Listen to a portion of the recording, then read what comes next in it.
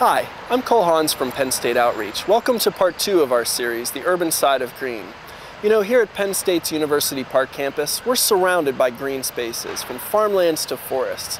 But other communities in Pennsylvania and across the world contain far less green space. Take, for example, West Philadelphia.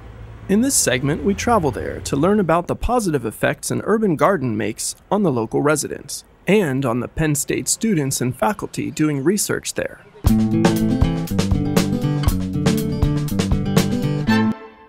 Penn State geography professor Dr. Lakshman Yapa has been working for 10 years to redefine academia's approach to urban poverty. His vehicle? An award-winning service learning program called the Philadelphia Field Project.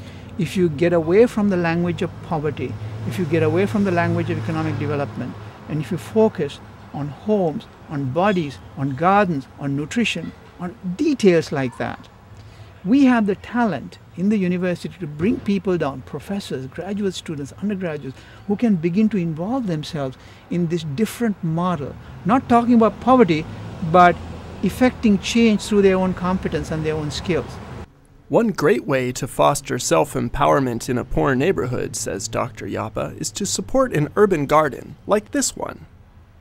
In this area, you find spaces that are neglected, that are derelict, abandoned cars, tires, mosquitoes, standing pools of water, needles.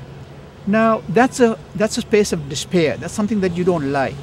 Now right next to that, this beautiful organic garden. It's a beautiful space, and people actually come there from the community to find a sense of inner peace. They sit on his benches, they listen to the birds, and they contemplate. They're happy.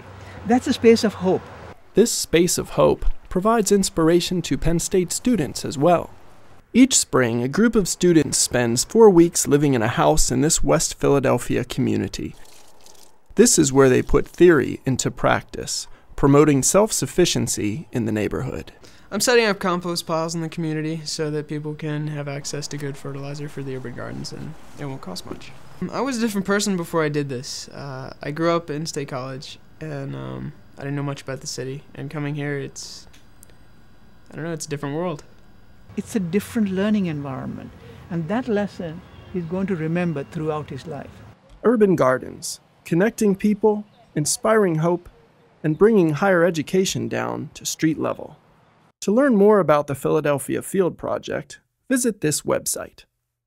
In part 3 of our series, we travel to Pittsburgh to see how Penn State Extension educators, in partnership with local officials and communities, are beginning to convert that city's 15,000 vacant lots into beautiful and productive green spaces.